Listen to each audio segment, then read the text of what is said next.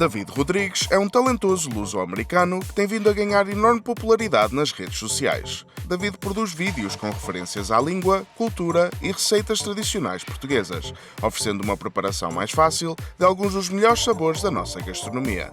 I moved to Florida 11 years ago, and I moved from a primarily Portuguese community to an area that doesn't really have a Portuguese community. I quickly found myself missing Portuguese food and not having anywhere to get it around here. I would figure things out by calling my mom or looking up recipes online. My wife and I would drive an hour and a half to go find some Portuguese ingredients, whatever we could find at this small little store that existed back then. When COVID happened, we found ourselves at home with a lot of time on our hands, and we didn't have any children yet. So I started making videos for fun for my friends, and just for my own entertainment, my own way to pass the time. And one day I posted a bifana recipe, and it went viral. And that I don't think it's stopped or slowed down since that day. The day I posted the bifana recipe and it blew up was the day I decided, hey, there's a market for this. I need to do Portuguese food. Like, there's a large generation of people that don't know how to cook this food and are too intimidated to do it. So let me show them that if I can do it, surely you guys can do it too. So that's kind of how it started. David explica como já desde criança demonstrava uma enorme curiosidade e vontade de cozinhar, tentando sempre aprender com a sua mãe a sua inspiração. When I was a little kid, I used to take my mom's pots and pans and pretend I had a cooking show. And I would watch Emeril Lagasse and mimic his show. This was the early 90s. So I always cooked. When we moved to Florida, I was the cook of the family. My wife doesn't really cook, so I was always in the kitchen. So it's definitely an area I'm comfortable in. I'm not a professional, I'm not a chef, but I just sort of understand food and understand flavors and what works and what doesn't. And I think it's just probably from being around my mom a lot. She cooked every day, so a lot of the stuff I make is the same stuff she makes. Para além da própria receita, David apresenta os seus vídeos num divertido tom humorístico, utilizando certas expressões e referências bem conhecidas pelos portugueses e tantas vezes utilizadas pela sua mãe na cozinha. Call me calate is something I say constantly, and that's something my mom said to me constantly. We would be at dinner, I could still picture exact setting, and I'd be like, oh, Mom, I don't want to have this today. We had chicken 3 times this week. And she'd be like, Dave, call me calate. You're eating what you're eating, you know? I refer to people as chatas and chatus. My mom does that a lot.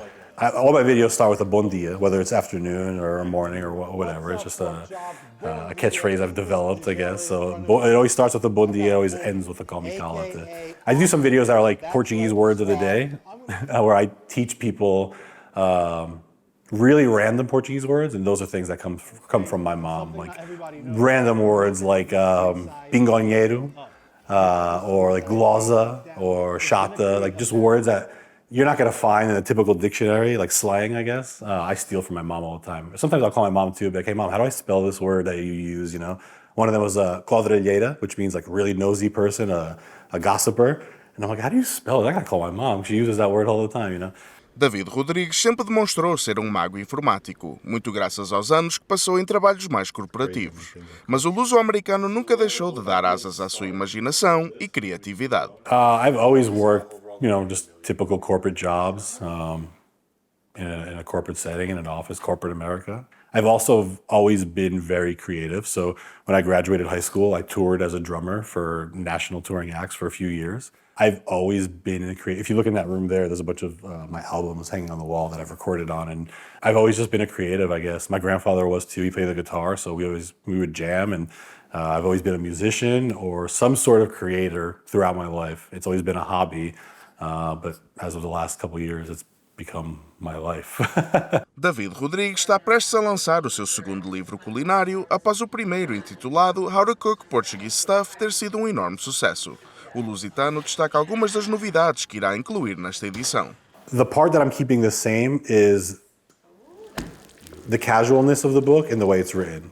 By casualness, it has a spiral edge, it's soft. So when you're using it in the kitchen, you can bend it, you can fold it over, you can get it dirty, you can hold it with one hand. It's that type of cookbook. It's not hardcover, because hardcover books, I don't know if you've ever used one, they're so hard to use in the kitchen. You have to weigh them down with rocks and stuff. Or the other part that's similar is the way the recipes are written. People really enjoy the way I put the recipes on paper because they're not very typical, I guess. So for instance, there might be a step that says When your kitchen starts to smell good, now you move to the next step. Whereas other cookbooks out there will say, hey, after 8 to 10 minutes, da da da da da. And what I found is like, hey, I cook on an electric stove. Most people cook on gas. All our ovens are different. 6 to 8 minutes in my kitchen is not 6 to 8 minutes in another person's kitchen. So I started breaking it down more casually. When you start to smell this, you do this. When it starts to turn brown, you do this. And that's the way my book is written. It's written as if I'm just narrating it to you out loud and you're in my kitchen. But this book is gonna have more desserts. I'm gonna have a whole bacalhau chapter, a whole sopas chapter. I didn't really do too many sopas in the last one. So I think the first one was more like what you cook when you come home from work, you have an hour, whatever.